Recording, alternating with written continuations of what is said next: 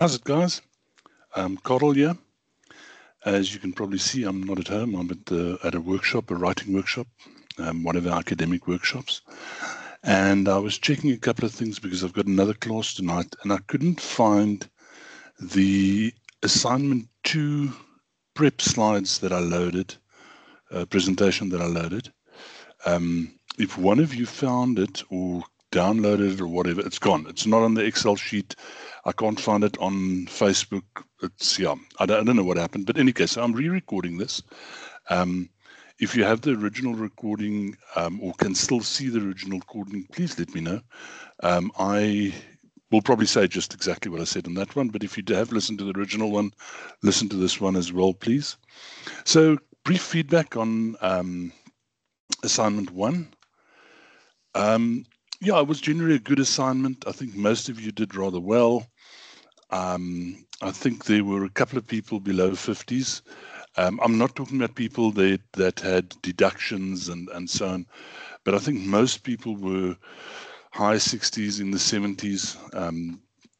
Most people had great references. Some of you had a couple of references. I would have made a comment. Many people have had 2 or 3 pages of references. I love that at this type of level. That's what we're looking at. That it shows wider reading. It shows wider understanding. That's the expectation at this level would be a page or 2 pages at least of references. Your writing is good, generally better than last year. Thankfully, low plagiarism. I didn't find any copying, but there was some AI. A couple of guys got nailed on AI. If you're using AI, please make sure you declare it properly. I'm not going to do a lesson on declaring AI.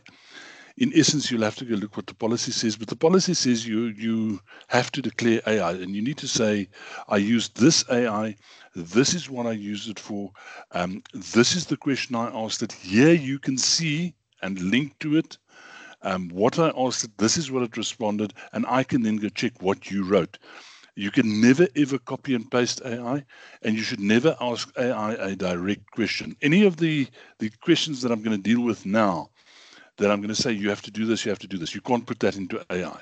So you can use AI as a sparring partner, but you can't ask AI to answer the question and then paraphrase the question.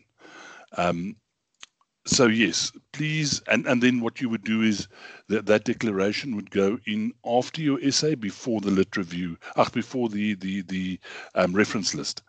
And you'll say, this is how I used it, this is which AIs I used, this is when I used it, here are the links. You must make it available to me. I must be able to see it. If we get AI, if AI is detected, and our detectors are not bad, if AI is detected and you have not declared it, the assumption is you've used AI without declaring it, that's a level 3, and that's immediate naught. So guys, please, let's be careful with it. I have got no problem in that you use AI. I have a problem that you use AI incorrectly. So make sure you understand what you can and what you cannot do. Okay, so let's get on to assignment 2. So it's 15 May. You've got about a week to go. That's why I was concerned when I couldn't find the recording. Check your PAS. PASs do change. Remember, late is late. If you hand it in late, but within 24 hours, you lose 15%. Remember, if you get a 65, minus 15, that's only 50% you get. I've unfortunately had people more than once now that we've taken off 10% for referencing because the referencing was weak, and then 15%. Now you're losing 25% off your 65. So your 65 suddenly becomes a 40. Don't hand it in late. It's not worth it. 1,500 to 2,000 words, excluding the reference list, including the in-text references. It's very, very short, guys.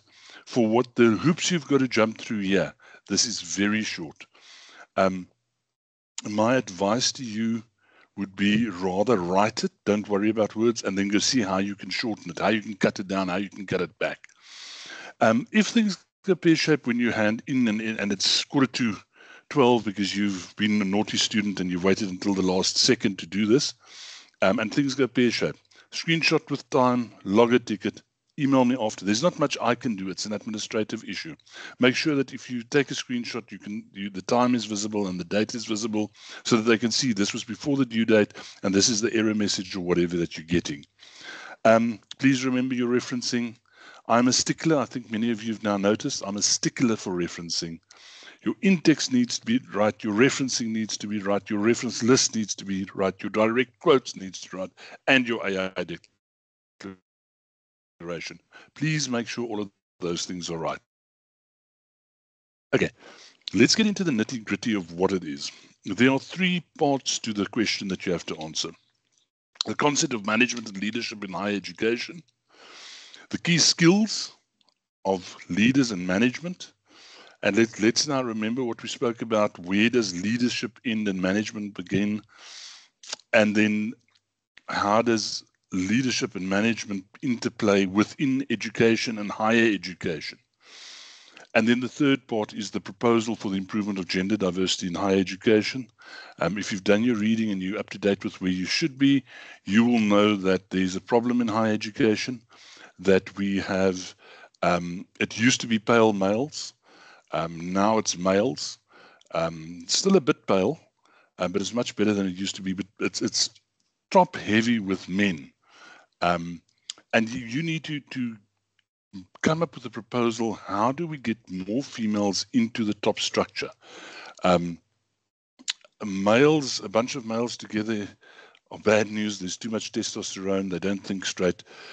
We need to get female thinking in there. We need to get that touch in there, that difference of thinking, because quite frankly, in many cases, females think much better than men, and they also think, for me, in education, and I'm not supposed to say this, but for me in education, they have a finer touch, and they have a more caring touch towards the students. And if you haven't got a caring touch towards students, you're not delivering what you should be delivering.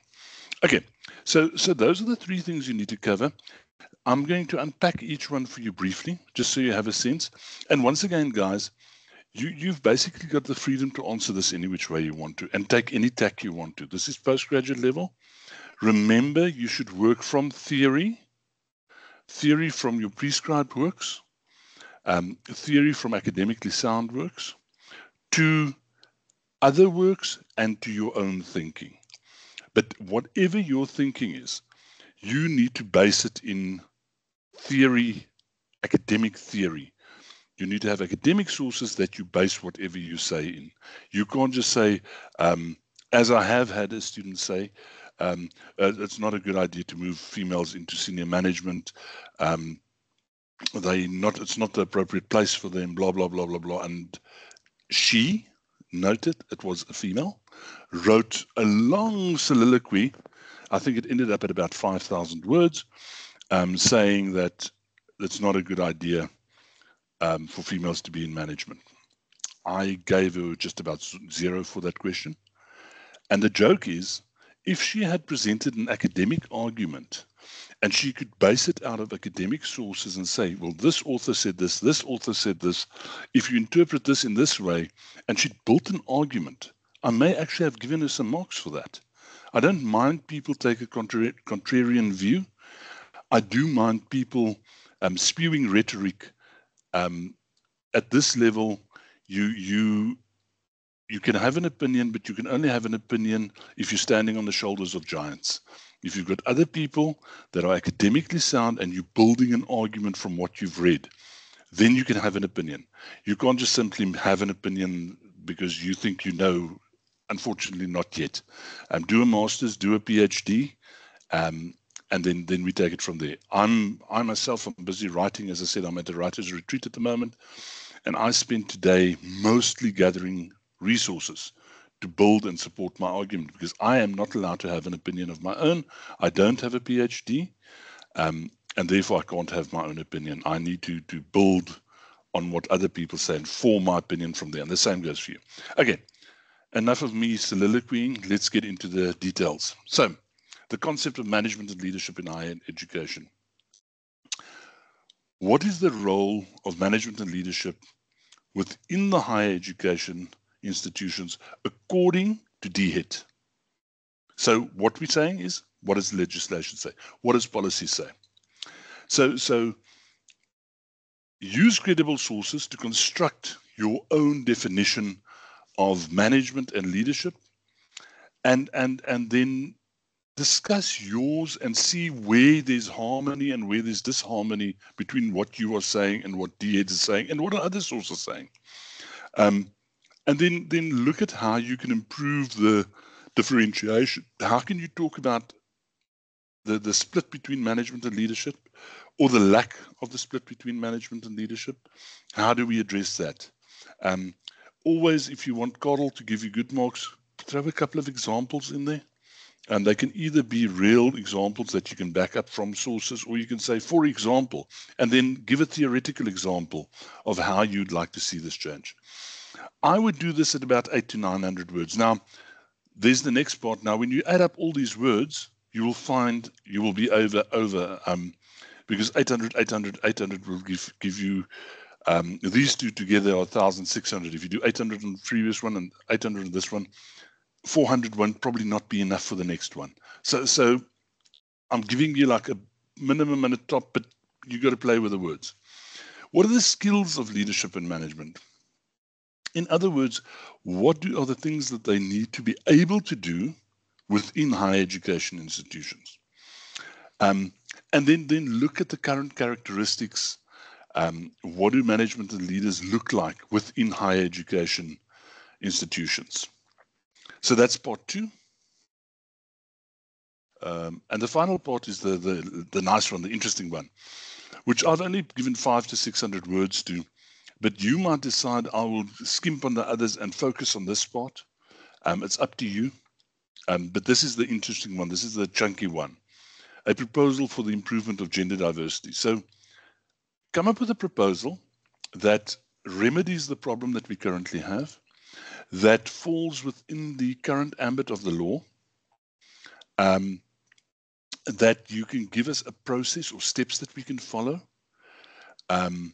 Look at leadership theory that would assist, and give examples of credible success stories. What I'm doing here is a summary of what the assignment says. Go read the assignment as well, please, guys. Be clever about this. Come up with some real, some concrete things. The cop out on this one is to run to things like affirmative action. It's easy, it's there, it's in the law. And I'm sort of going to say, okay, well, yeah, you regurgitated what we already know we should be doing, and that's not working. Let's face it, since 1994, and actually in academia before that, there's been actions to improve the situation of females within academia, and we're still in the situation we are. So if you just say, let's just go for affirmative action, I'm going to say, yes, interesting, well, and you're going to get that type of mark. So come up with something creative, make it interesting, make it fun for yourself and for me. I've got a little bit of a gift for you. Pause there, see if you can find those things. They are articles that I used last year. I must admit I haven't checked, but they should still be available. But there are very nice articles out there. And you need to use those. You need to use some of the prescribed work. Come up with 5 at least original works that are not in the prescribed work. Show me you've done a bit more reading. And I must tell you, I do appreciate those of you that with the previous assignment came up with the 2 pages and the 3 pages of references. And you would probably have seen that influenced your marks upwards significantly. And that's not me going to the reference list and say, they've got a great reference list, give them a higher mark. It's simply because you've read wider, you can write more intelligently, you can say more things, you've got a more informed opinion. And that's what we like. Remember, we are at a postgraduate level. Okay, guys, enough from me. There's my email address. Hopefully most of you have got it. If you send me an email, please say educational management or leadership or something like that, that I know who I'm dealing with. I had an interchange with a student, admittedly a first-year student, during the week, that it took me 3 emails to figure out what subject and what class the student is in so that I could answer their question. Okay, guys, cool. Thank you so much. Good luck. Very few words, make them count. Cheers.